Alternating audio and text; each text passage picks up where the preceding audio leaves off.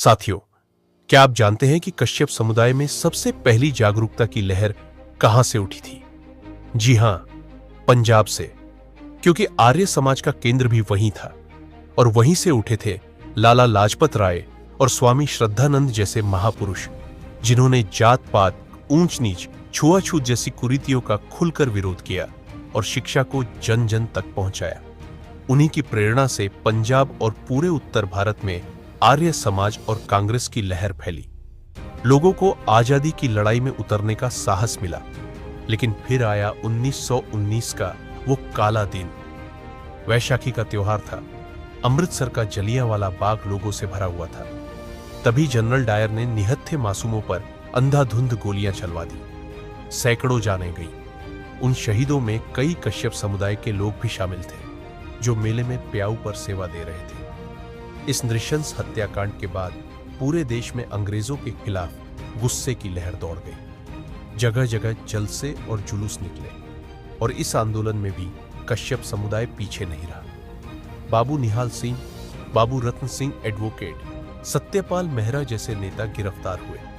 ये वही लोग थे जो लाला लाजपत राय और डॉ. किचलू जैसे नेताओं के साथ कांग्रेस के गरम दल में थे। कईयों को अंग्रेज अफसरों से मुठभेड़ का सामना करना पड़ा। कुछ तो गिरफ्तारी के डर से दिल्ली, यूपी जैसे इलाकों में जाकर छिप गए। इन्हीं हालातों में उत्तर प्रदेश के बिजनौर जिले से एक उम्मीद की किरण निकली। श्री दुर्गादत्त कुशन और श्रीमती मिश्री देवी, एक शिक्षित और जागरूक दंपति, जिन्होंने न सिर्फ समाज को समझा बल्कि उसे नई दिशा भी दी। उन्होंने एक प्राइवेट पाठशाला शुरू की, जहां न सिर्फ कश्यप समुदाय बल्कि सभी दलित, शूद्र बच्चों को पढ़ने का अधिकार मिला। समाज के कट्टरपंथियों को यह बिल्कुल पसंद नहीं आया।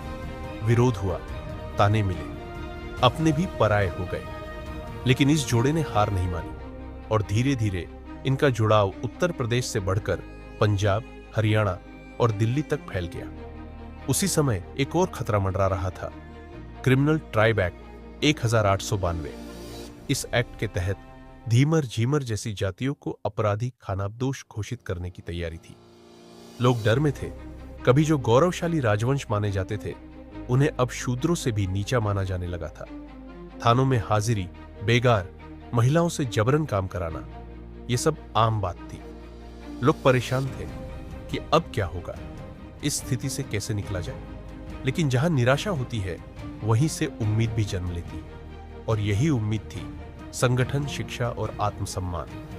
यही कहानी हमें याद दिलाती है कि बदलाव धीरे धीरे आता है, लेकिन जब आता है तो इतिहास बदल जाता है।